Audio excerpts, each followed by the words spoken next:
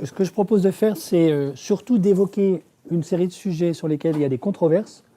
Donc je ne vais pas vous faire un exposé du type comment dire, déploiement de la science descendue du mont Sinaï, mais un certain nombre de questions en débat à travers lesquelles je pense, j'espère en tout cas, vous verrez que la plupart du temps, les économistes dont je fais partie sont plutôt le problème que la solution.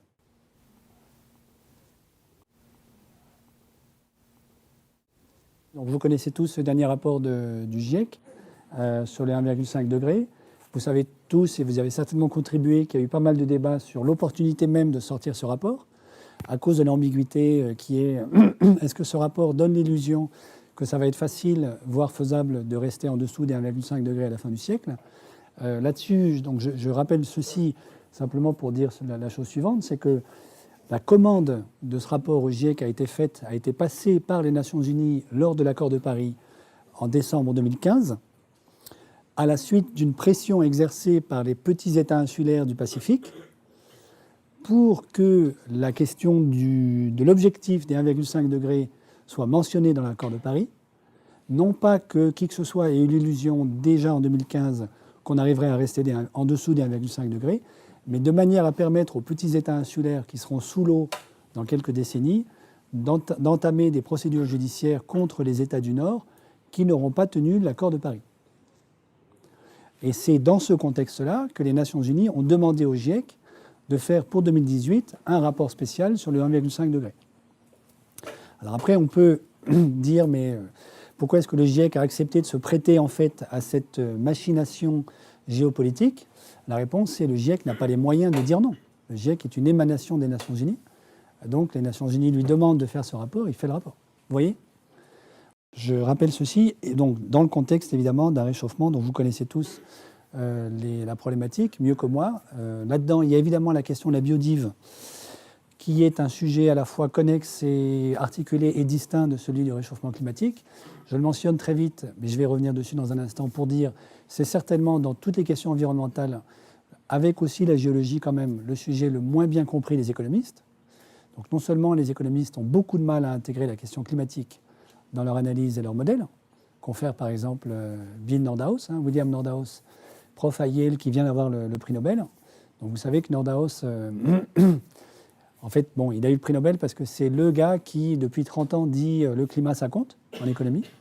Mais c'est aussi le même gars qui dit depuis 30 ans, plus 6 degrés à la fin du siècle, c'est moins 10% du PIB réel au niveau mondial.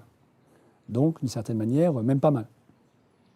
Donc il a eu le prix Nobel, ce qui est une bonne nouvelle parce que c'est la première fois qu'on récompense un économiste qui parle du climat. Et c'est une très très mauvaise nouvelle parce qu'on a récompensé le pire d'entre eux. Voilà. Pour l'anecdote, Nordhaus, en 1973, qui était un jeune prof à Yale, a fait un papier dithyrambique, enfin je veux dire assassin plutôt, contre à la fois les systèmes dynamiques non linéaires, en particulier ce que faisait Forrester à l'époque, Jay Forrester, et le rapport au Club de Rome de l'équipe Meadows, en disant tout ça c'est nul, c'est pas de la science, ça n'a aucun intérêt. Voilà. Et il n'a jamais démenti ce papier, et je pense que les arguments développés par Nordhaus à l'époque, qui sont pitoyables, évidemment, affligeants, continuent d'habiter la tête de toute une série d'économistes qui n'ont jamais intégré l'idée que le monde soit construit comme un grand système dynamique, avec des boucles de rétroaction dans tous les sens, et un système dynamique qui n'est évidemment pas linéaire, et dans lequel il y a de la complexité, de l'émergence, voilà. Autant de caractéristiques qui sont complètement absentes de 99% de la production académique des économistes aujourd'hui. Donc Nordhaus est malheureusement représentatif moi je dirais, du blocage très très grave du champ académique des économistes qui continue de raisonner dans un monde où tout est à l'équilibre depuis toujours et où, dans le meilleur des cas, on suppose qu'il y a des chocs exogènes dont les économistes eux-mêmes ne savent pas d'où ils viennent, qui vont choquer l'état d'une économie à l'équilibre, la faire sortir de l'équilibre, mais l'équilibre lui-même construit de telle sorte qu'il soit toujours localement stable. Et donc l'économie revient toujours au point d'équilibre initial. D'où, par exemple, les bêtises racontées par le FMI autour de ce qu'on a fait subir à la Grèce. Si vous regardez l'évolution du PIB grec entre 2010 et aujourd'hui, vous savez que la Grèce a perdu 25% de son PIB. Donc l'évolution du PIB grec, c'est évidemment un effondrement depuis 2010. Et chaque année, les prévisions du FMI, c'est que ça va remonter au niveau ex-ante de 2010. Donc la première année, vous dites, bon, ils ont pêché par optimisme, ça peut arriver à tout le monde. La deuxième année, vous dites, bon, ils n'ont pas retenu la leçon de l'année précédente.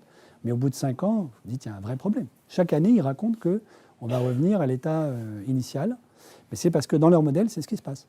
Ils ont des modèles d'équilibre où, quoi qu'il arrive, l'économie revient toujours au point initial. Donc, ils sont incapables de rendre compte du fait que la recette qu'on a appliquée à la Grèce, donc le plan d'ajustement structurel qu'on a infligé à la Grèce, a fait s'effondrer l'économie grecque. Un tel effondrement est impossible dans les modèles utilisés par la plupart des économistes. Donc évidemment, a fortiori, et je vais en parler dans 5 minutes, toutes les questions de collapsologie dont on parle un peu beaucoup en ce moment sont complètement étrangères à ce à quoi peuvent même penser dans leurs rêves les plus fous la plupart des économistes. Alors, dans ce contexte-là, la biodive a un statut particulier, c'est le truc le plus mal compris des économistes. Ils ne savent pas la mesurer, ils ne savent pas ce que c'est. Et donc des effondrements d'écosystèmes liés, entre autres, au réchauffement, pas uniquement au réchauffement, c'est absolument invisible. C'est un point aveugle complet dans la réflexion des économistes. Olivier connaît bien parce que c'est sorti d'un papier qu'il a fait.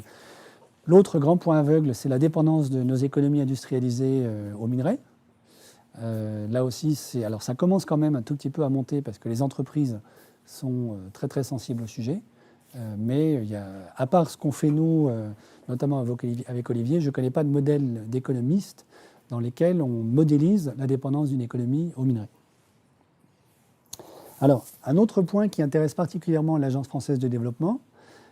Donc l'Agence française de développement, très rapidement, c'est une banque publique à but non lucratif qui dépend directement de l'Élysée aujourd'hui. Donc normalement, elle dépend du gouvernement. Donc elle a comme tutelle Bercy, le ministère des Affaires étrangères, le secrétariat d'État à l'outre-mer, et puis, quand il y en a un secrétariat d'État au développement ou à l'écologie. Bon. Dans ce gouvernement-ci, il n'y en a pas. Donc aujourd'hui, l'AFD est branchée directement sur l'Élysée, qui utilise l'AFD comme banque, donc comme bras financier de la projection à l'international de la France. L'origine de l'AFD, c'est les brumes londoniennes le 2 décembre 1941. Général de Gaulle arrive à Londres et se dit si les Français de la résistance qui sont à Londres doivent mettre leurs petites économies dans les comptes de dépôt des banques britanniques, nous sommes prisonniers des Britanniques. Et donc, dans un grand élan de souveraineté patriotique, il se dit il faut créer la banque centrale des Français de la résistance hors de France. Et donc, il crée la Caisse centrale des Français de l'étranger, à l'époque, avec un monsieur qui s'appelle Postel-Vinet, dont vous avez entendu parler. Et c'est l'ancêtre de l'AFD. Donc, de 1941 à 1945, en fait, c'est la Banque centrale des résistants hors de France. 1945, ça devient la Banque centrale des colonies françaises. 1962, ça devient la Banque de développement, donc d'aide au développement de la France. Ça va ? Donc, l'AFD, ce qui l'intéresse beaucoup, c'est des cartes comme celle-ci, qu'elle a construites avec des économistes, qui mesurent notamment l'exposition au dérèglement climatique des pays partenaires de l'AFD. Alors là, comment est-ce qu'on a calculé ça ? C'est une exposition à un certain aspect de l'impact du dérèglement climatique, qui est les aspects continus de long terme du type montée des eaux, fonte des glaciers. Et là-dedans, vous n'avez pas, par exemple, les événements climatiques extrêmes du type typhon, ouragan, etc. Donc, alors, ce qui intéresse l'AFD là-dedans, c'est de constater qu'il y a une espèce de double punition, mais vous le savez bien, hein, c'est que ce sont les plus pauvres, en général, qui sont les plus exposés et qui sont les moins responsables des émissions. Hein. Donc vous savez que sur la planète, en gros, les 10% des humains les plus riches sont responsables de 43-45% des émissions, et les 50% les plus pauvres sont responsables de 15% des émissions. Donc le dérèglement climatique, au passage, c'est une remarque qu'on peut faire tout de suite, et pour animer le débat, hein, ce n'est pas un problème, on pourrait dire, l'anthropocène masque le vrai problème. L'anthropocène fait croire que c'est un problème lié à l'essence anthropos de l'être humain, qui abîme son environnement, alors que les 2 chiffres que je viens de donner suggèrent plutôt que c'est un problème de riches. C'est les riches qui sont responsables et c'est les pauvres qui payent. Ce qu'on voit très bien ici. Hein. Mais une fois que vous formulez ça dans ces termes-là, donc c'est plus une question d'anthropocène. Du coup, certains, plutôt historiens de l'économie, parlent volontiers de capitalocène, en disant le problème c'est capital, c'est pas l'être humain. Je lance ça comme pierre d'attente pour le débat. En tout cas, voilà. Ici, vous avez. Alors, l'AFD, du coup, ayant remarqué ceci, c'est-à-dire que la plupart de nos pays d'intervention, qui sont les plus pauvres, sont aussi les plus exposés au dérèglement climatique, l'AFD a pris le parti de se donner à elle-même comme impératif que 100% de ces projets soient compatibles avec l'accord de Paris. 100% accord de Paris. Alors après, à l'intérieur de l'AFD, on a un débat sur qu'est-ce que ça veut dire faire en sorte que 100% des projets financés par l'AFD dans les pays du Sud soient compatibles avec l'accord de Paris. Il y a au moins deux interprétations de cette affaire-là. Il y en a une qui consiste à dire, dans l'accord de Paris, les Nations Unies, donc les 195 parties ont dit on doit tout faire pour rester en dessous des 2 degrés, voire le plus proche possible des 1,5 degrés. Donc ça fait un mandat. Puis un deuxième mandat, c'est les fameux NDC, que vous connaissez, les Nationally Determined Contributions, qui sont les feuilles de route de décarbonation que les pays ont rendues à Laurent Fabius, à l'époque président de la COP, au titre de leur contribution à l'accord de Paris. Et vous savez qu'il y a un mismatch entre les deux, puisque les climatologues, notamment à l'IPSL, qui ont fait tourner leur propre modèle en faisant l'hypothèse que chaque pays va tenir ses promesses et mettre en œuvre sa feuille de décarbonation, son NDC, ont trouvé que si tout le monde tient sa promesse, ça nous emmène en gros, en moyenne, à plus 3,5 degrés à la fin du siècle. Et donc bien au-dessus de plus de degrés. Donc vous voyez bien qu'il y a un gap énorme, suivant que vous interprétez l'accord de Paris comme 2 degrés, ou suivant que vous interprétez l'accord de Paris comme se conformer au NDC. Et donc ce gap-là rejaillit dans la stratégie de l'AFD, puisque ça pose la question, qui est une question qui intéresse beaucoup Olivier, dont on pourra débattre dans la deuxième partie, qui est celle de l'ingérence de l'AFD. De quel droit l'AFD pourrait-elle dire à un pays qui a rendu une NDC qui n'est pas suffisante, et on sait que tous les NDC sont insuffisantes, en fait, il faut faire plus que ce que vous avez promis. Qu'est-ce que ça veut dire pour nous? La France peut-elle donner des leçons, sachant qu'elle-même, ses émissions ont augmenté de plus 3,2% l'an dernier, comme vous le savez. Donc on est un des plus mauvais élèves de la classe de la zone euro. La France, c'est plus 3,2, la zone euro, c'est plus 1,8, l'Allemagne, moins 0,2, la Grande-Bretagne, moins 3,2. Donc on sait réduire nos émissions, ce n'est pas infaisable. Certains le font, mais pas la France, qui est le pays hôte de la COP21. Et donc après, elle enverrait l'AFD, par exemple, au Brésil, pour aller expliquer au nouveau président fraîchement élu, vous savez, il faut arrêter de déforester l'Amazonie et réduire vos émissions de CO2 parce que c'est très grave. Oui. Dans le même temps, on sait très bien qu'il y a beaucoup de NDC qui ont été calculés d'une manière complètement, on peut dire, fantaisiste. Et donc si l'AFD prend comme argent comptant les NDC, on sait très bien que ça ne va pas faire le job. Je vous donne un exemple. Même le NDC de la Chine, qui a été construit en fait au terme d'un partenariat entre la Tsinghua University et le MIT, avec un peu d'argent de l'AFD, ce qui nous a donné le droit d'aller regarder ce qu'ils faisaient. Ça a été construit avec un modèle d'économiste, qui est un modèle d'équilibre, dans lequel il n'y a jamais de chômage et il n'y a jamais de dette, ni dette publique ni dette privée. Et c'est ça qui a permis de faire les simulations sur lesquelles s'est basée la Chine pour rendre son NDC. Et donc, votre serviteur a posé la question aux honorables collègues et professeurs de Tsinghua University en leur disant « Votre modèle est magnifique. J'ai juste un souci, c'est que si pour faire votre NDC, dans lequel… » Donc, Nationally Determined Contribution, c'est la feuille de route rendue par chaque pays à la COP21. Où chaque pays dit « Voilà, je m'engage, moi, à faire telle trajectoire de décarbonation de mon économie pour honorer l'accord de Paris. » dont je viens de rappeler que ces NDC, quand vous les mettez ensemble, que vous faites l'hypothèse héroïque que tout le monde fera ce qu'il a promis, ce qu'on n'est pas en train de faire, ça nous emmène quand même à 3,5 degrés. D'accord ? Donc ce NDC, pour la Chine, il a été construit avec un modèle classique d'économiste, dans lequel tout est à l'équilibre, il n'y a pas de chômage, il n'y a pas de dette. Donc la question c'est, pour faire votre trajectoire de décarbonation, qui suppose notamment que les émissions de CO2 chinoises piquent, donc atteignent leur sommet en 2030. Supposez qu'il vous faille 50% de chômeurs et 400% du PIB de dette publique. On est sûr à l'avance que vous n'allez pas le faire. Parce que ça, c'est la révolution dans le pays, et on sait bien que le Parti communiste chinois n'a pas envie de la révolution dans le pays. Sauf que votre boussole, qui est le modèle que vous utilisez, ne vous le dit pas. Puisque dans ce modèle, il n'y a jamais de dette et il n'y a jamais de chômage. Donc la boussole, bon. Et le prof étant chinois, il a souri, il m'a proposé un peu de thé supplémentaire dans la discussion. Mais ce qui veut dire qu'il a compris, mais après, voilà.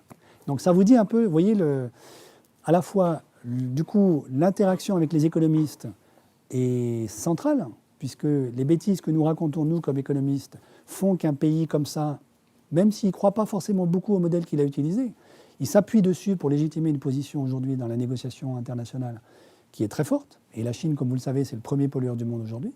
Bon. Et du coup, ça pose aussi une question à l'AFD, c'est comment elle se positionne par rapport à ça. Sachant que le NDC a été construit avec des modèles bidons, est-ce que nous, on fait semblant d'y croire et donc on dit à la Chine, ben, vous n'allez pas piquer avant 2030, c'est pas grave, c'est parfait.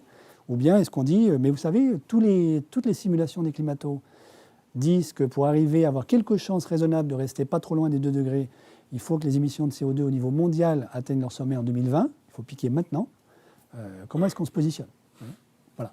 Donc vous voyez, ça génère un débat à l'intérieur de l'institution. Alors, il y a un deuxième aspect qui est une autre carte ici, c'est une mesure évidemment très discutable de la capacité des institutions politiques d'un pays à s'adapter au dérèglement climatique. Bon. Et là, le code couleur est clair, plus vous êtes rouge, brun, moins vous êtes capable, et si vous êtes vert, pomme, vous êtes très capable. Bon. Évidemment, on peut discuter, je ne crois pas beaucoup forcément à ces indices qui mesurent avec une espèce de naïveté positiviste, l'aptitude d'une institution politique à s'adapter, mais ça traduit quand même une certaine réalité. Par exemple, vous voyez que la bande sahélienne est quand même bien brune. Bon. Et je peux vous donner une petite anecdote pour en témoigner. L'an dernier, j'ai eu un entretien avec le président du Tchad, Idriss Déby, qui est au pouvoir depuis 1990-91. Et dans cet entretien, il y avait le ministre de l'économie de l'époque, qui a déjà changé depuis lors, qui est un ancien fonctionnaire du FMI, que je connais bien. Et à l'issue de la discussion, il vient me voir et il me dit « Ah Gaël, tu as été prof au Tchad ». Alors j'ai été prof de maths et de physique il y a 20 ans, dans un lycée de la Brousse, dans la savane. Il me dit « Est-ce qu'il te resterait un ancien élève qui soit un peu bon en maths ?» Je dis « Je peux chercher, mais pourquoi tu me demandes ça ?» Eh bien, en fait, j'ai personne pour me faire des statistiques. Donc ça, c'est le ministre de l'économie et des finances du Tchad. Voilà. Donc c'est un pays, par ailleurs magnifique, hein, que j'aime beaucoup. Je vous encourage à aller au Tchad. Mais c'est un pays dans lequel l'État est tel que le ministre de l'économie et des finances n'a personne pour lui faire des stats. Donc ça veut dire que c'est un roi sans armée, donc c'est-à-dire qu'il n'y a pas d'administration publique digne de ce nom. Donc c'est une armée qui fait la guerre à Boko Haram, un chef d'État, et c'est tout. C'est ça l'État du Tchad. Donc évidemment, la capacité institutionnelle d'adaptation au dérèglement climatique est nulle. Zéro. Ça va ? Pour vous donner un autre exemple, donc ça c'est la Guinée-Conakry. Vous voyez que la Guinée-Conakry, hein, sur le bord sud-ouest de l'Afrique de l'Ouest, elle est bien rouge. La Guinée-Conakry, on a eu des débats assez homériques il y a 2 ans sur la stratégie économique de la Guinée dans les années qui viennent. Et j'ai découvert à l'occasion de ces débats que, en fait, alors j'ai regardé un petit peu, parce que, bon, c'est vrai qu'il y a 2 ans, on commençait à sortir en fait de la crise Ebola, qui a ravagé le pays. Et j'ai constaté que le PIB guinéen, en 2015, est flat, plat. Et 2015, c'est le moment, c'est le sommet de la crise Ebola.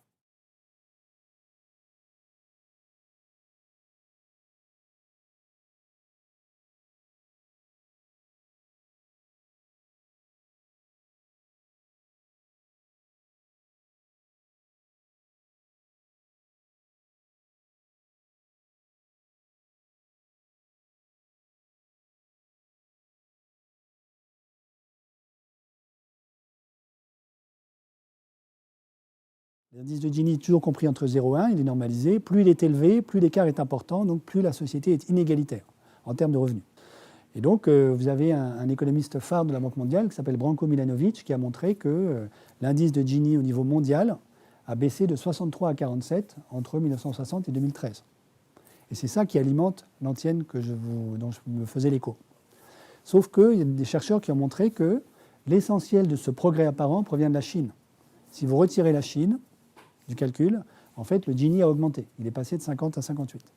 Et c'est vrai que la Chine a réussi à faire passer, en gros, 700 millions de personnes de l'extrême pauvreté à une misère un peu moins extrême dans les 30 dernières années. Ce qui ne doit rien aux recettes du FMI et de la Banque mondiale. Deuxième remarque, tous ces calculs sont faits avec un Gini relatif. Un Gini relatif, ce n'est pas la même chose qu'un Gini absolu. La différence entre les deux, c'est facile à comprendre. Considérez deux économies A et B. Une économie, alors à chaque fois, il y a Olivier et moi dans l'économie. Supposez que dans la première économie A, Olivier gagne 100 et moi je gagne 1. Donc il y a un certain rapport d'inégalité entre nous deux. Dans la deuxième économie B, Olivier gagne 200 et moi je gagne 2. D'après vous, laquelle des deux est la plus inégalitaire? Bon, la B, parce que dans la B, la différence entre Olivier et moi, c'est 198 quand même. Simplement, en termes relatifs, c'est la même chose. Parce que le rapport des deux, c'est de 100 à chaque fois. Donc, Gini relatif va dire ces deux économies sont équivalentes. Le Gini absolu va dire non, il y en a quand même une des deux qui est plus inégalitaire. Et dans la perception sociale des gens des inégalités, évidemment, tout le monde raisonne en Gini absolu. Il n'y a que les économistes qui raisonnent en Gini relatif. En Gini absolu, même en tenant compte de la Chine, les inégalités ont augmenté dans le monde entier sur les 30 dernières années. Simplement, la Banque mondiale calcule toujours en Gini relatif, en incluant la Chine. Ça va?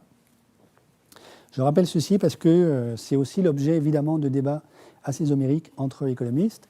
Un point qui nous intéresse, nous, beaucoup à l'AFD, c'est que les inégalités ont augmenté, y compris dans des zones auxquelles on ne s'attendrait pas du tout. Donc là, le code couleur, c'est plus c'est foncé, plus c'est inégalitaire. Le niveau d'inégalité qu'on a aujourd'hui en Afrique australe est égal ou analogue, si vous voulez, à celui qu'on observe en Amérique latine, ce qui est une nouveauté, puisque l'Amérique latine, depuis des années, était réputée pour être le continent le plus inégalitaire du monde. Ça n'est plus vrai. L'Afrique du Sud, en particulier, est devenue aussi inégalitaire que les pays les plus inégalitaires d'Amérique latine. Et c'est un paradoxe, puisque l'Afrique du Sud, comme vous le savez, est sortie de l'apartheid en 1994, donc a priori a rompu avec un passé raciste, presque fasciste, extrêmement inégalitaire. Et ce qu'on constate, c'est que les inégalités augmentent en Afrique du Sud.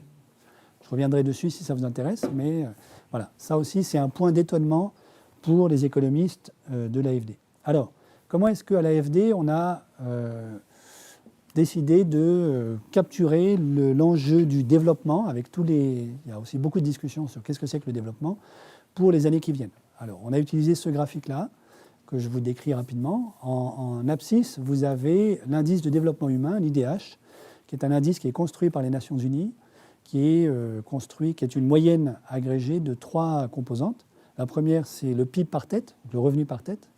La deuxième, c'est l'espérance de vie à la naissance en bonne santé. Et la troisième, c'est une certaine mesure du niveau d'éducation, en fait, la part de la population qui a les connaissances élémentaires de niveau éducation primaire. Alors vous pouvez dire c'est très insuffisant, le fait d'avoir la possibilité d'écouter du Mozart tous les soirs, ça fait partie de la prospérité, ce n'est pas calculé dans l'IDH. Je suis bien d'accord avec vous, mais voilà. Okay. Et il y a des tas de débats aussi, dans le détail desquels je ne rentre pas. Est-ce que vous faites une moyenne arithmétique? Dans ce cas-là, vous dites que si par exemple je suis mauvais en termes d'espérance de vie, ça peut être compensé par un PIB par tête très élevé, ou est-ce que vous faites une moyenne géométrique, dans quel cas vous diminuez la substituabilité entre les composantes? Évidemment, à titre personnel, je suis très favorable à une moyenne géométrique, mais le HDRO, qui est le bureau des Nations Unies à New York, qui produit les stats du HDI, a essayé une année de passer de la moyenne arithmétique à la moyenne géométrique, et en fait s'est fait rembarrer par tous les pays des Nations Unies qui avaient baissé dans le classement, en disant mais la moyenne géométrique, vous n'y pensez pas, il faut revenir à la moyenne arithmétique, simplement parce qu'ils avaient baissé. Voilà. Et le HDRO est repassé à une moyenne arithmétique. Je dis ça parce que vous voyez bien que quand on rentre dans ce monde-là, les critères scientifiques qui font que nous, on a envie de faire quelque chose, sont immédiatement mis en balance avec des considérations politiques, voilà, mais avec lesquelles les économistes responsables sont quand même obligés de composer, oui, je crois. Alors, donc, l'axe des abscisses, c'est l'HDI, à 0 à gauche et 1 à droite, et on a mis ici une droite qui correspond à l'HDI 0,8, qui est le HDI de la Russie aujourd'hui. Donc on se dit, tout ce qui est à gauche de 0,8, c'est quand même pas très sympa. Tout ce qui est à droite, ça commence à devenir décent. Ça va? Et puis l'axe des ordonnées, c'est l'empreinte écologique de Matisse-Wackernagel, qui est une mesure, comme vous le savez, de la pression anthropique sur les écosystèmes naturels, transcrite en surface de terre arable. Alors, je sais très bien que l'empreinte écologique est très critiquée, discutée, et à juste titre. Voilà.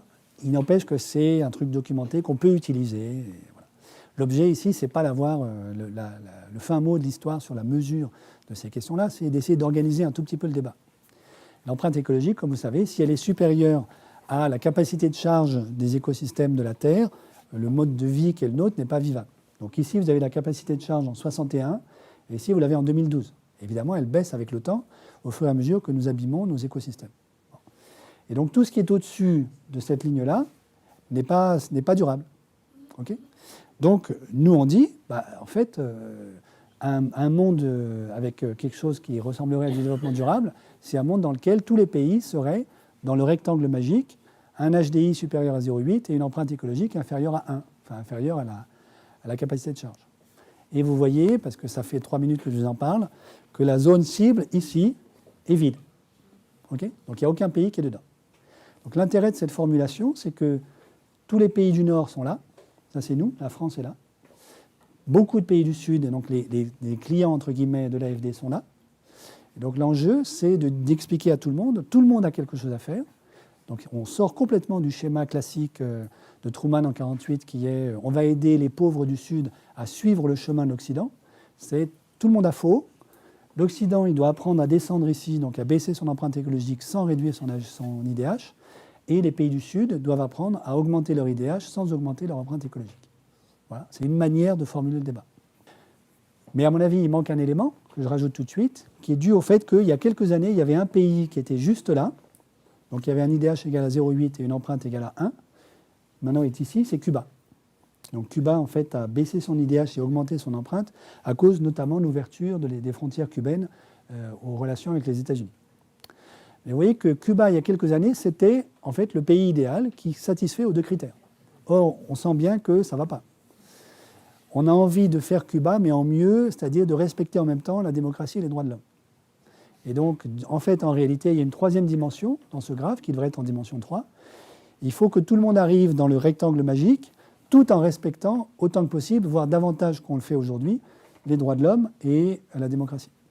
Ça va ? Là-dessus, une remarque qui génère énormément de controverses, qui est le mot droit de l'homme et le mot démocratie ne figurent pas dans le libellé des objectifs du développement durable des Nations Unies. Donc vous savez qu'en septembre 2015 à New York, les Nations Unies se sont données à elles-mêmes une nouvelle charte du développement durable qu'on appelle les ODD, les SDGs en anglais, qui devient en fait la charte de tous les bailleurs internationaux, AFD comprises, qui est composée de 17 objectifs, avec dedans vous avez tout. L'égalité homme-femme, la réduction des inégalités, l'accès à l'eau potable, l'accès à une énergie pas chère, la préservation des océans, etc. Donc en fait, d'une certaine manière, les Nations Unies, ne sachant pas très bien quoi faire, se sont dit on fait tout, comme ça on est sûr de ne pas rater quelque chose. Évidemment, ils ne se sont pas posé la question de savoir si c'est compatible. Donc il y en a 17, mais peut-être que si on augmente le 3, ça fait baisser le 4, ou le 9, on ne sait pas. Et d'une certaine manière, ce graphique-là sort de cette espèce de naïveté positiviste qui est on a un grand tableau de bord, il y a 17 boutons, on va juste ajuster le monde en tournant les boutons comme il faut. Hein, donc ce graphique-là dit en fait il y a des liens entre ces boutons et personne n'arrive à augmenter les bons boutons en même temps. Puisque rien que ces deux dimensions-là, qui capturent un certain nombre d'ODD, il n'y a pas de problème, on pourrait en faire rentrer les ODD là-dedans, montrent qu'on a une belle parabole, on n'a pas du tout une concentration de nuages ici. Ça va ? Mais en plus, le mot droit de l'homme et démocratie ne figure pas dans la déclinaison des 17 ODD. Comme si les amis, collègues, bureaucrates des Nations Unies s'étaient dit on peut faire du développement durable sans parler de démocratie et des droits de l'homme. Et je pense que c'est un truc auquel il faut vraiment être attentif aujourd'hui, c'est que cette espèce d'imaginaire technocratique de pilotage du développement sans se poser des questions politiques, en fait, de démocratie et des droits de l'homme, est en train de monter. Et évidemment, il peut être alimenté par une certaine panique vis-à-vis de la gravité du dérèglement climatique. C'est-à-dire, au fur et à mesure que la panique grimpe, on peut finir par se dire, bon, il y a un certain nombre de trucs qu'il va falloir faire passer par-dessus bord, parce qu'on ne peut pas tout faire à la fois. Et la dimension droits de l'homme et démocratie, on y pensera quand on aura réglé le problème climatique. Vous voyez ? Donc, je signale ça parce que du coup, ça devient un objet de débat pour nous à l'AFD. Alors, avec en plus un redoublement de la question que je posais il y a 10 minutes maintenant, qui est de quel droit pouvons-nous dire, par exemple, à la Chine, vous avez mis 1 million de Ouïghours dans les camps de rééducation dans le Xinjiang, c'est pas bien. Alors, est-ce que nous, on peut mettre des conditions dans le dialogue de politique publique qu'on a avec la Chine et dire on acceptera de travailler avec vous le jour où vous aurez sorti le million de Ouïghours des camps de rééducation du Xinjiang. Même question pour toute une série de pays, évidemment. Voilà. Ce qui pose aussi en retour une question pour la France, c'est est-ce que la France est vraiment aujourd'hui la patrie des droits de l'homme? Oui. Par exemple, ce qui se passe sur la question des migrants pose un vrai sujet, à mon avis. Alors, il faut que j'aille plus vite. Là-dedans, il y a un sous-sujet majeur pour l'AFD, mais pour tout le monde. Vous voyez bien, hein, c'est la démographie africaine. Donc le continent africain, en particulier subsaharien, va connaître une poussée démographique majeure dans les décennies qui viennent, la plus grande poussée démographique que l'humanité n'ait jamais connue, et l'Afrique sera le seul à la connaître dans les années qui viennent. Donc il y a une double unicité, singularité de l'Afrique. Tous les autres continents ont déjà terminé leur transition démographique. Certains continents comme nous, l'Europe, sont déjà dans le déclin. L'Europe, le Japon. Mais aucun continent, y compris la Chine, n'aura de vraie poussée démographique dans les années qui viennent. L'Afrique est le seul. Et en plus, elle va le connaître à un rythme et une vitesse qu'aucun continent n'a connu depuis que l'humanité existe. Donc les chiffres, c'est simple. C'est l'Afrique aujourd'hui, c'est 1,3 milliard d'habitants. C'est la pyramide que vous voyez ici. C'est celle-là. Et dans la prospective démographique, vous avez la fourchette haute et la fourchette basse. La fourchette basse, c'est plus 1 milliard. Et la fourchette haute, c'est plus 1,5 milliard d'ici 2050. Donc, dans la fourchette haute, il y a 2,8 milliards d'habitants en Afrique en 2050. Évidemment, ceci ne tient pas compte de la possibilité d'effondrement, en particulier sur la zone sahélienne, dans les années qui viennent. Pourquoi est-ce que ça pose un problème? Ça pose évidemment une énorme question politique. Ça pose une question notamment sur les affaires éducatives. Donc vous savez que l'un des ODD, en fait, c'est le droit à l'éducation, l'accès à une éducation de qualité. C'était déjà un OMD, un objectif du millénaire, en 2000, qui était, on voulait, les Nations Unies s'étaient dit en 2000, il faut absolument qu'au moins 80% d'une classe d'âge d'enfants dans le monde ait accès à l'enseignement primaire. Alors aujourd'hui, le paradoxe est le suivant, c'est que cet objectif est atteint.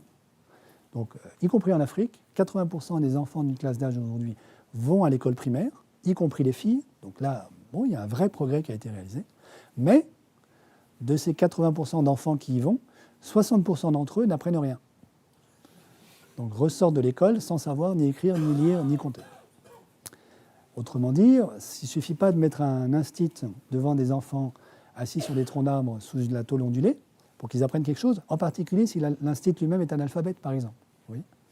Donc je caricature, mais à peine, en fait, l'enjeu du problème. Donc vous voyez que déjà avec 1,3 milliard, c'est ça l'enjeu de l'éducation, plus 1 milliard de plus, vous voyez un peu le sujet. Et évidemment, ceci ne peut pas ne pas alimenter les énormes questions migratoires que nous nous posons et des questions liées à Boko Haram et au trafic qui ont lieu aujourd'hui, à la piraterie organisée qui a lieu sur l'ensemble de la bande sahélienne.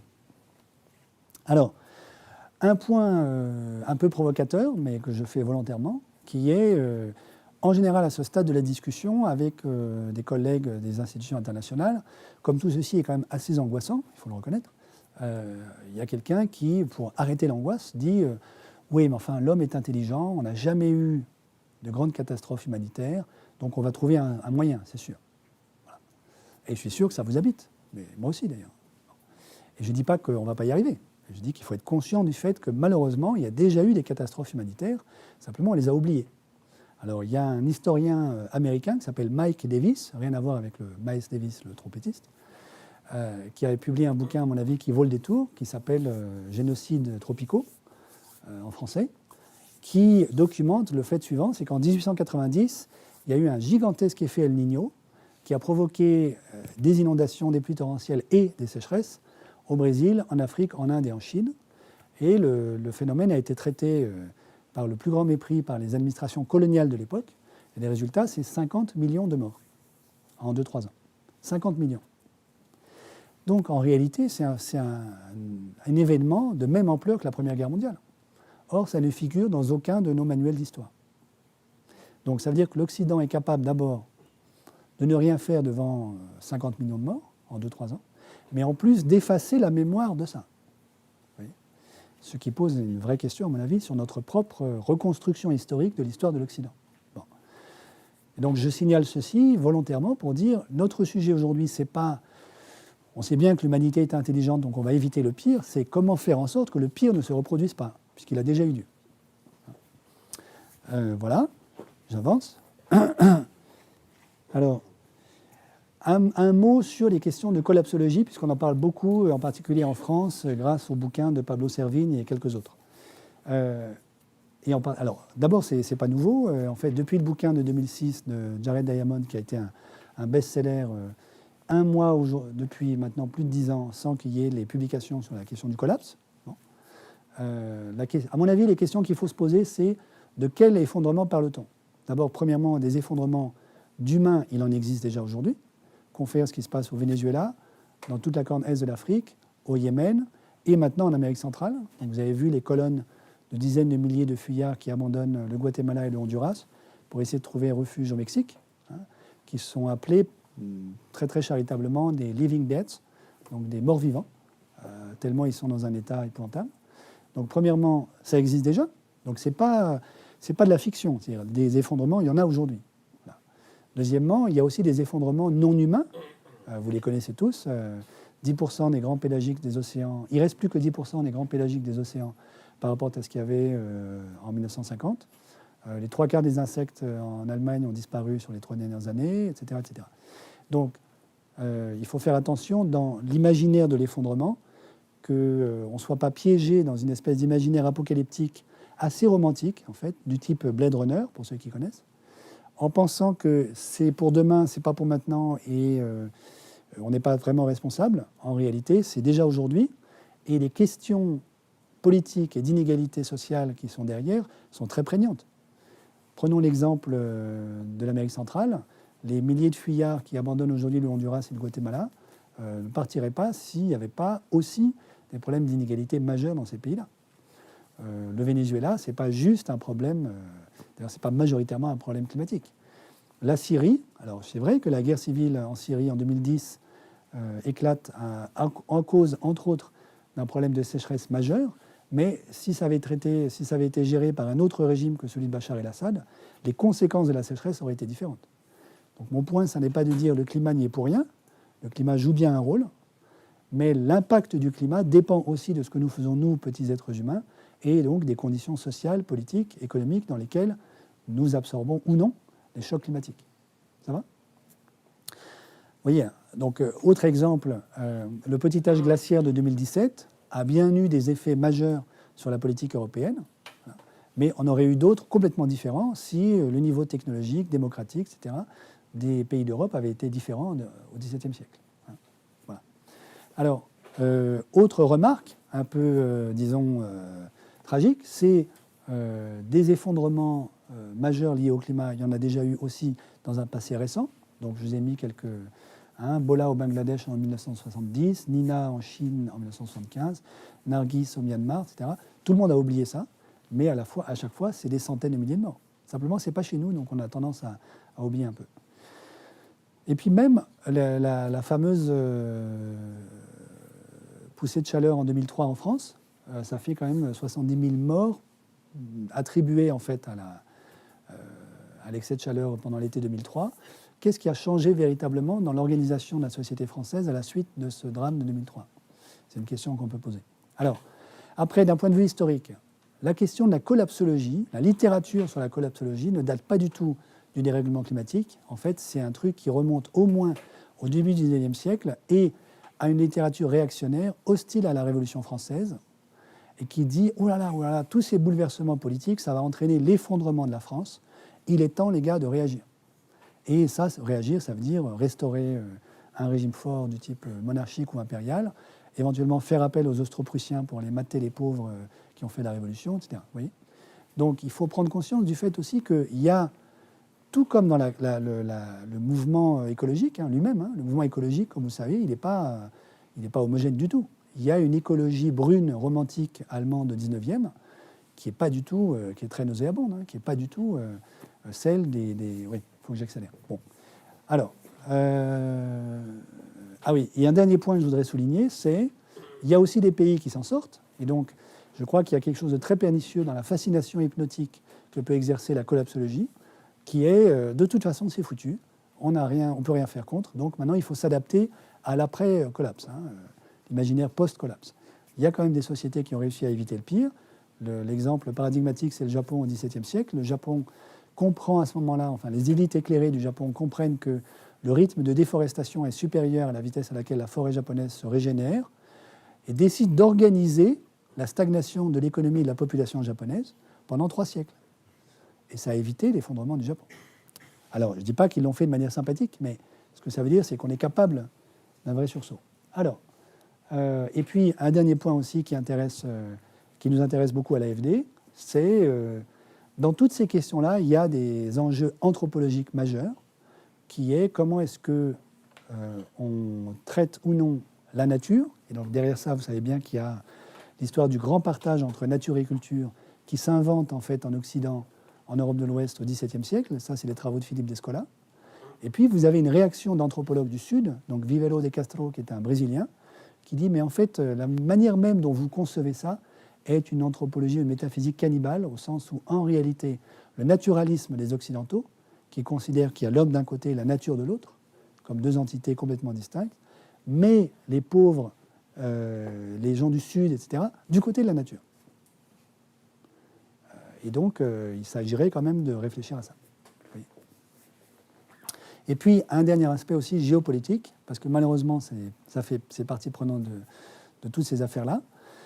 Une petite anecdote, j'étais à une réunion à Londres il y a 3 semaines maintenant, pour l'Institut INET, qui est un institut qui a été fondé par George Soros en 2009, pour renouveler l'économie, à l'issue de la grande crise financière de 2007-2008. Et les débats qu'on a eus il y a 3 semaines à Londres, honnêtement, m'ont halluciné, puisque ces débats, c'était, en fait, pour financer la transition énergétique, il n'y a pas 36 000 solutions, il faut que les banques centrales créent de la monnaie pour financer. Pourquoi ? Parce que les finances privées sont très, très dégradées. Le secteur privé en Europe est beaucoup plus endetté que le secteur public. La dette privée en Europe, c'est 130% du PIB. La dette publique, c'est 100%. Donc le privé ne peut pas du tout assumer. Le public, c'est compliqué parce qu'on n'arrête pas de dire au public qu'il faut qu'il arrête de faire des dépenses. Donc maintenant, si on demandait à l'État français, mettez 30 milliards pour financer la transition énergétique, on serait quand même dans une injonction contradictoire insupportable. Donc il ne reste que les banques centrales. Mais ça fait 40 ans qu'on a écarté les banques centrales du pouvoir politique pour pouvoir privatiser la monnaie. Et je pourrais en dire plus si ça vous intéresse. Donc il est hors de question de revenir là-dessus. Et donc les interlocuteurs qui sont en face de moi à Londres il y a 3 semaines me disent la transition énergétique, nous, on ne peut pas la faire. Et on ne la fera pas. Alors je dis, mais donc c'est quoi la solution ? Nous, on va mettre nos enfants en Suède, et puis on attendra que la Chine fasse le boulot. Ce à quoi je demande, et pourquoi la Chine, gentiment, nous continuerait à donner accès au cobalt donc de RDC, sur lequel elle est en train de faire main basse. Qu'est-ce que vous avez à échanger avec la Chine ? Et là, ils me répondent, notre supériorité technologique. Ce qui est une vaste blague, puisque vous savez que, en tout cas c'est très clair du côté de l'état-major français, dans 10 ans, l'armée chinoise est au moins à égalité avec l'armée américaine en termes de capacité de frappe technologique. Donc une fois que vous savez aussi bien faire la guerre que votre rival, tout le reste suit, à mon avis. Donc la supériorité technologique de la Chine est là, pour le coup, assez évidente dans les années qui viennent. Du coup, je repose la question, c'est qu'est-ce que nous, Européens, on aura, si on ne fait rien, on aura à proposer aux Chinois, si on les laisse prendre en fait le contrôle des ressources naturelles, en échange de notre droit à continuer à exister comme Européens. Oui. Et donc, je dis ça parce que ça veut dire que le niveau de réflexion d'un certain nombre de financiers est très très faible, puisqu'il s'arrête à la discussion que je suis en train de restituer. Alors qu'à mon avis, c'est là que la réflexion doit commencer. Une fois qu'on se dit, on n'est pas d'accord pour ce scénario chinois, qu'est-ce qu'on fait ?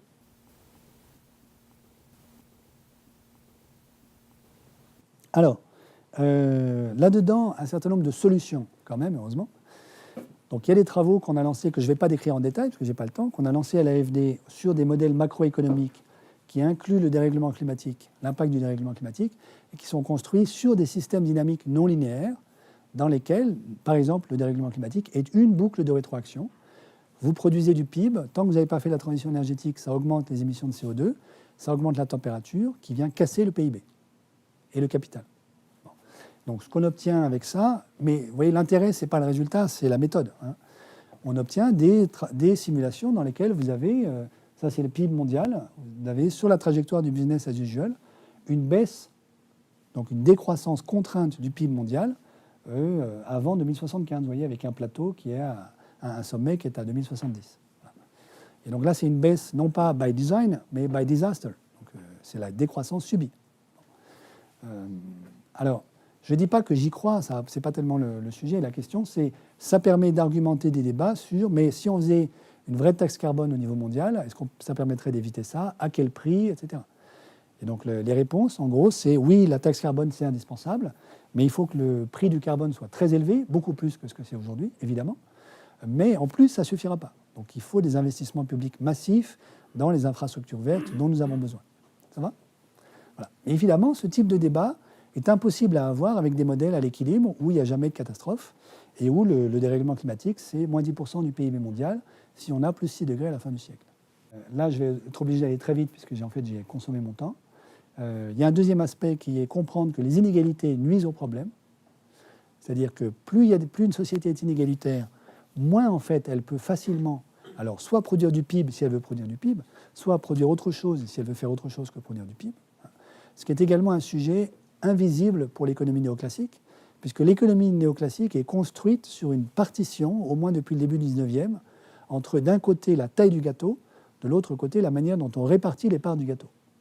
Vous avez peut-être suivi un débat politique parisiano-parisien il y a quelques semaines où telle personnalité politique haut placée a dit « écoutez, vous êtes gentil, mais avant de s'intéresser à la question de répartir les parts du gâteau, il faudrait peut-être d'abord se préoccuper d'avoir un gâteau à répartir. » Donc cette partition-là, qui structure notre débat politique droite-gauche. La droite se disant « moi je suis efficace, je m'occupe de faire grandir la part du gâteau », la gauche se disant « moi je suis sympa et je veux faire de la justice sociale et je répartis les parts du gâteau ». Et en fait, vous voyez bien que cette partition-là, elle n'a de sens que si vous pouvez découpler les deux problèmes. Or, les travaux qu'on fait, nous, montrent qu'on ne peut pas les découpler. Que la manière dont vous distribuez les parts du gâteau compte sur la taille du gâteau. Et évidemment, a fortiori, si la manière à la fois dont vous produisez le gâteau et dont vous répartissez les parts a un impact sur les écosystèmes naturels, tout ceci compte. Oui. Bon. Ah oui, quand même un petit résultat aussi, c'est, donc je l'ai dit tout à l'heure, donc c'est les plus riches en gros qui polluent, c'est les pauvres qui sont victimes. Maintenant, faisons l'hypothèse qu'à mode de vie constant, demain matin, par aventure, nous arrivions dans un monde parfaitement égalitaire. Donc chaque humain gagne le revenu moyen d'un humain sur Terre demain matin. Est-ce que ceci suffit à régler le problème climatique, donc à régler les émissions de CO2? La réponse est malheureusement non, parce que les émissions de CO2 sont un peu inférieures à celles qu'on a aujourd'hui, mais à peine. Dit autrement, ce qu'on gagne en réduisant le niveau de vie des plus riches, on le perd malheureusement en augmentant le niveau de vie des plus pauvres. Donc le sujet, c'est de permettre aux plus pauvres de trouver quelque chose de l'ordre de la prospérité, mais pas du tout sur le mode actuel. Donc ça rejoint le graphe que je vous montrais tout à l'heure, IDH versus empreinte écologique. Et c'est aussi comment, d'une certaine manière, inviter, inciter, contraindre les plus riches à diminuer vraiment l'empreinte matérielle de leur niveau de vie. Je voudrais terminer par l'effet Reine Rouge. Et je vais m'arrêter là. Donc, comme je le disais, la plupart des économistes vivent dans un monde à l'équilibre, mais en plus, c'est un monde qui est peuplé de domines economici, pour parler latin, donc d'hommes rationnels, qui n'ont pas de corps, qui n'ont pas d'énergie et pas de matière. Donc, l'énergie et la matière ne rentrent pas dans ces modèles. Donc, en fait, c'est des fantômes qui échangent quoi? Du travail contre du capital. Le capital, c'est les dollars. Donc les modèles, et je ne caricature pas, les modèles des économistes sont des abstractions dans lesquelles vous produisez quelque chose avec des fantômes qui travaillent, mais qui n'ont pas de corps, et des dollars. Alors, comment est-ce que vous faites pour réintégrer l'énergie et la matière là-dedans? Donc il y a un économiste très connu qui s'appelle Georgescu Roegen, qui déjà dans les années 70 a dit, mais en vérité... l'économie, c'est une grande structure dissipative qui absorbe de l'énergie et de la matière, qui produit du travail et qui exude des déchets. Alors il l'a écrit, mais il n'a jamais fait de modèle pour en rendre compte. Donc nous, on est en train d'essayer de le faire. Ça pose des questions évidemment conceptuelles majeures. C'est quoi le travail fourni par la structure dissipative économie? Là-dedans, évidemment, vous avez le travail mécanique, mais vous avez aussi toute une série d'autres types de travail. Par exemple, ce que nous faisons là depuis 1 heure maintenant, comment est-ce que vous mesurer ça en termes de travail fourni d'un point de vue physique. Donc il y a un ancien physicien devenu économiste qui s'appelle Bob Ayres qui a essayé de capturer ça à travers ce qu'il appelle le travail utile, qui est une mesure de, d'après lui, la totalité des types de travail que peut fournir une société humaine. Travail utile. Donc il y a le travail mécanique, électrique, etc. Et là, vous avez quelques exemples de l'évolution du taux de croissance du travail utile au sens de Ayres dans un certain nombre d'économies en lien avec la production et la consommation de pétrole. Vous voyez qu'évidemment, c'est très, très, très lié. Donc là, vous voyez les corrélations très, très fortes. Si vous n'avez plus d'énergie, vous ne produisez plus de travail. Bon. C'est là qu'intervient l'effet Reine Rouge, qui provient donc évidemment d'Alice au Pays des Merveilles. Alice rencontre la Reine Rouge dans un pays très bizarre, qui est tel qu'il faut tout le temps courir pour faire du surplace. Et plus vous courez vite, plus en fait il vous faudra, dans la seconde qui vient, courir encore plus vite pour rester sur place. Donc c'est une espèce d'effet pervers, où en fait on ferait mieux tous s'arrêter, mais si on s'arrête tous, on meurt. Donc il faut courir, et en fait il faudra toujours courir de plus en plus vite. Ça va ? Alors pourquoi est-ce qu'on utilise cette métaphore ? Pour dire la chose suivante, c'est que si vous concevez une économie comme une structure dissipative, en fait, elle va avoir tendance à grossir. En grossissant, elle va internaliser, donc elle va diminuer son entropie interne, récupérer de l'information qui lui permet d'augmenter l'efficacité de dissipation de l'énergie comme structure dissipative. Donc elle va exporter de l'entropie et elle-même, elle va importer de la négantropie, pour parler comme certains. Okay. Ce faisant, elle va dissiper de plus en plus d'énergie, mais elle va aussi abîmer, si elle ne fait pas attention, ses écosystèmes. La boucle de rétroaction de l'écosystème abîmé va nuire à ce qu'elle peut produire. Par exemple, le travail utile. Donc elle va produire de moins en moins de travail utile à flux d'ingestion constant d'énergie et de matière dans le métabolisme de l'économie. Mais si elle veut absolument, par exemple, elle s'est convaincue que le summum dans la vie, c'est d'augmenter le PIB, elle va essayer en fait d'augmenter le rythme d'extraction d'énergie et de matière pour alimenter son métabolisme. Et plus elle fait ça, plus la boucle de rétroaction est puissante et plus en fait, l'efficacité en termes de production de travail utile de ce qu'elle absorbe diminue. Donc c'est ça l'effet Reine Rouge. Vous voyez, la réaction de l'économie, si elle ne change pas de modèle, est auto-immune, comme une maladie auto-immune. Plus elle essaye en fait, de s'en sortir, plus elle aggrave le problème. Ça va ? Donc avec ce type de modèle, on arrive à mesurer ça. Et alors vous voyez bien que c'est une extension en fait, du concept d'IROI, autrement dit de rendement de l'énergie nécessaire pour extraire de l'énergie, qui vous dit, en fait, donc M ici, c'est simplement l'intensité d'absorption par le métabolisme de l'énergie et de la matière. Si vous n'extrayez rien, vous ne produisez rien. Donc, et l'ordonnée ici, c'est l'entropie produite, ou ce qui est à peu près équivalent, la quantité de travail produit. Si vous extrayez trop vite, en fait, vous dépensez toute l'énergie et la matière que vous récupérez à extraire l'énergie et la matière. Et entre les deux, vous avez un maximum qui est atteint, qui est ici. Simplement, si cette intensité-là, elle est corrélée, et c'est évidemment le cas au PIB, vous voyez bien que vouloir maximiser le PIB, c'est une très très mauvaise idée. Parce que ça vous met là-dedans. Ça, c'est la quantité d'énergie. Voilà, infinie, tout à fait. Et alors après, j'y arrive. Et au fur et à mesure que de la déplétion du puits, en fait, de la ressource d'énergie et de matière, ce maximum-là descend dans cette direction. Donc plus j'abîme les écosystèmes, plus en fait, la parabole qui me dit en gros l'ensemble de ce que je peux faire va se contracter dans cette direction. Ça va ? Bon. Et donc évidemment, ça c'est des trucs qui sont assez, il faut dire, révolutionnaires pour les économistes, qui sont incapables de penser ce genre d'affaires. Voilà, je termine juste, non, je vais m'arrêter là, comme ça on va pouvoir discuter. Voilà, merci beaucoup.